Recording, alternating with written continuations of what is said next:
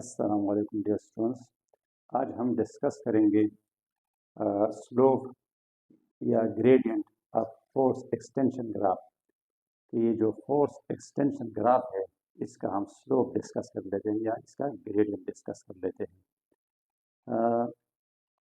Hooke's law में हमने पढ़ा था पिछले लेक्चर में कि हुक्स लॉ में जब हम किसी स्प्रिंग को, या देखिए आपके साथ एक स्प्रिंग है, इसको जब हम इस तरह एक्सटेंड करते हैं तो जिस डिस्प्लेसमेंट के थ्रू हम इसको डिस्प्लेस करते हैं अपनी जगह से, जितना ये एक्सटेंड होता है इसको कहते हैं एक्सटेंशन एक्स।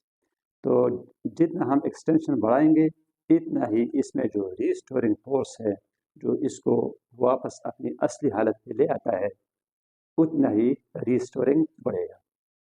यानी जो रीस्टोरिंग फोर्स है वो इस एक्सटेंशन एक्स के बराह रास्त मुतनासिब है। इस एक्सटेंशन एक्स और फोर्स के दरमियान हम एक ग्राफ ड्रा करते हैं और इसके स्लोप से अंदाज़ा लगाते हैं कि इसका जो स्लोप है, जो ग्रेडियंट है, इससे से हमें कौन सी क्वांटिटी मिलती है। तो देखिए ग्रेडियंट स्लोप के बराबर होता है। स्लोप क्या है? स्लोप ये है कि एक प्लेन या एक क्वांटिटी हॉरिजॉन्टल एक्सिस के साथ कितने एंगल पे है। ये हॉरिजॉन्टल सरफेस है, तो ये एक प्लेन है, ये इसके साथ कितने हैं। अगर इस कदर है तो हम कहते हैं कि स्लोप कम है।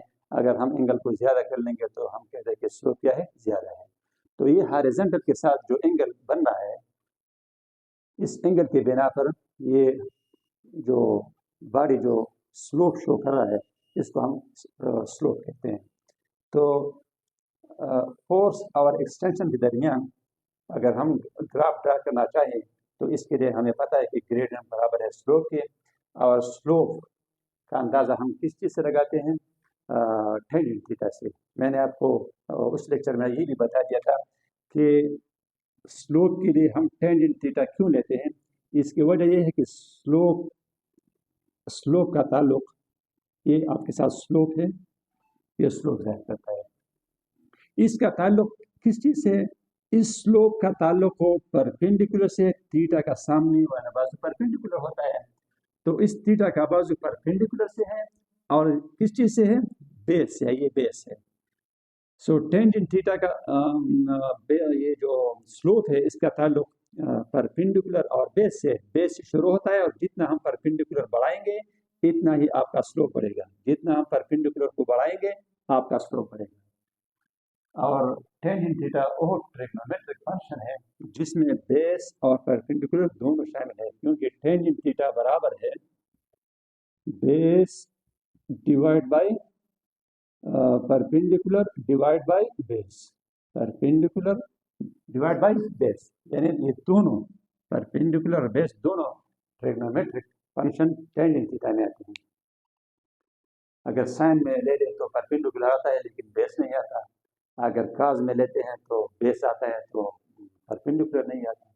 और स्लोप का ताल्लुक चूँकि परपेंडिकुलर और बेस दोनों से, तो इसके लिए इस वजह से हम टेंजेंट थीटा इस्तेमाल करते हैं। लिहाजा स्लोप बराबर होता है टेंजेंट थीटा की।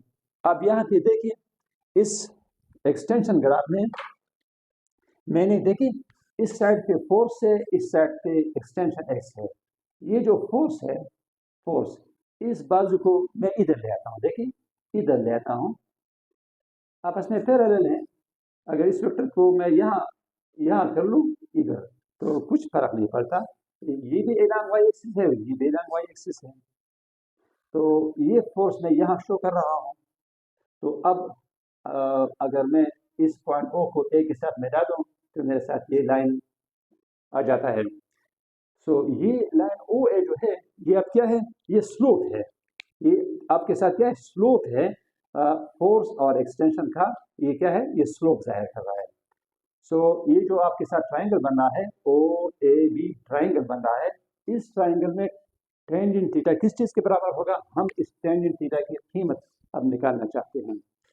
ट्राइंगल ओ ए बी में tan थीटा बराबर होगा परपेंडिकुलर डिवाइड बाय बेस। सो ये परपेंडिकुलर डिवाइड बाय बेस, इस tan थीटा की ही कीमत आप यहाँ लगाइए तो आपके साथ स्लोप बराबर होगा 1/x।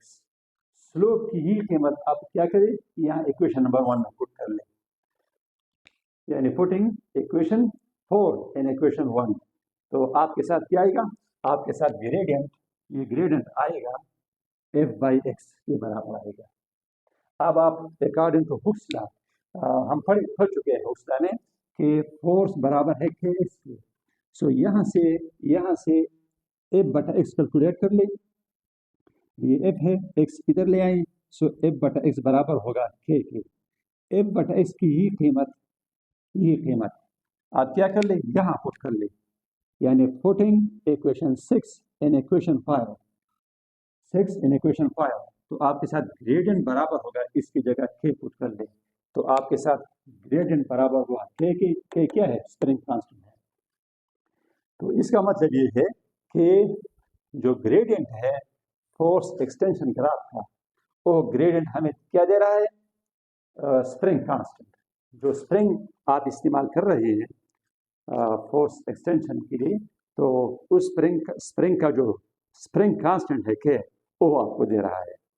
सो लिहाजा gradient of the force extension graph is equal to spring constant. और आप इस तरह भी कह सकते हैं कि the slope of force extension graph gives us the spring constant of the given spring. So ये हमारा आज का टॉपिक था, इम्पॉर्टेंट है from examination point of view. आपसे एग्जाम में इस तरह कह सकता है कि डिस्कस द स्लोप और gradient of force extension graph, और आपसे ये भी पूछ सकता है कि with the help of force extension graph what quantity we can achieve. So आप ये कह सकते हैं कि gradient of force extension graph से जो क्वांटिटी हम अचीव करते हैं वो क्या है, वो स्प्रिंग कांस्टेंट है। उम्मीद है स्टूडेंट्स आपको समझ में आ चुका होगा। अल्लाह आपको समझने की तौफीक अता फरमाए।